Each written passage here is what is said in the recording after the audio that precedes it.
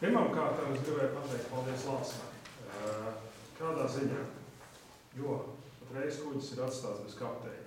Un, lai viņš varētu iet uz priekšu, kādam ir jāuzvedās pilnībā atbildīgi par to. Un Lāsma to atbildību ir uzņēmusies, neskatoties uz to, kad ir darāmā ļoti daudz.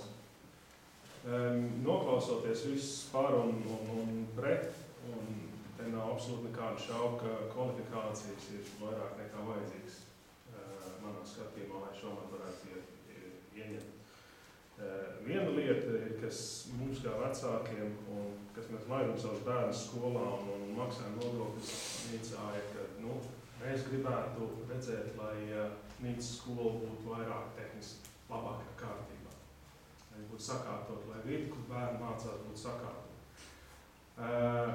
Mūsu tāda doma ir, ka tā pašā laikā, kad mēs šeit spriežam par direktoru, vajadzētu arī tā pašā laikā padomāt, vai nebūtu liederīgāk koncentrēties, paskatīties, vai Lāsmai nevajadzētu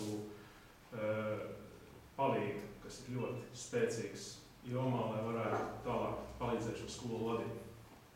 Bet no citiem aspektiem, pretenzija pret Lāsmu kā nākošo direktoru mums arī, man personīgi nav. Es vēlētos izteikties Mārtiņš Dāle.